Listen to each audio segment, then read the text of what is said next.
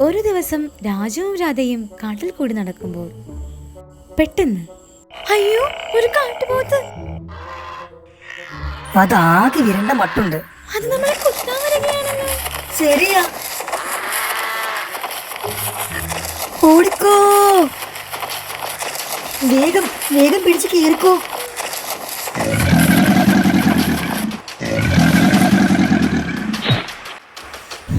രക്ഷപ്പെട്ടു, ഇനി പേടിക്കാനില്ല. വല്ലതും പറ്റിയോ രാധേ? ഇല്ല ഹേയ് രാജു, അത് സ്ഥലം വിട്ടു. ഹാവൂ, ആരാ അവിടെ? ആരാ സംസാരിക്കുന്നത്? അവിടെ ആരെങ്കിലും ഉണ്ടോ? എന്നെ ഒന്ന് പുറത്തു വിടൂ. രാജു വേണ്ട, അകത്ത് കൈയിടല്ലേ. നമസ്കാരം, ഞാനാണ് മായാവി, ഒരു കുട്ടിച്ചാത്തൻ. ഈ കുപ്പി ഒന്ന് തുറക്കൂ.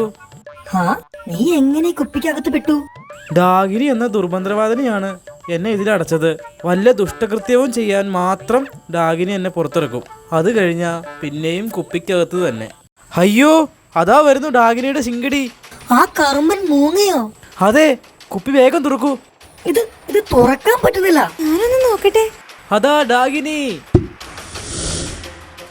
അധിക പ്രസംഗികൾ, എന്റെ അടിമയെ തുറന്നു വിട്ടുവല്ലേ? നിങ്ങളെ ഇപ്പോൾ ഞാൻ തവളകളാക്കി മാറ്റും. ഓം ഹ്രീം. വേഗം എന്റെ പുറത്തു കയറിക്കോ. ആഹാ, ഓം ഹ്രീം, നിങ്ങൾ രണ്ടും താവ.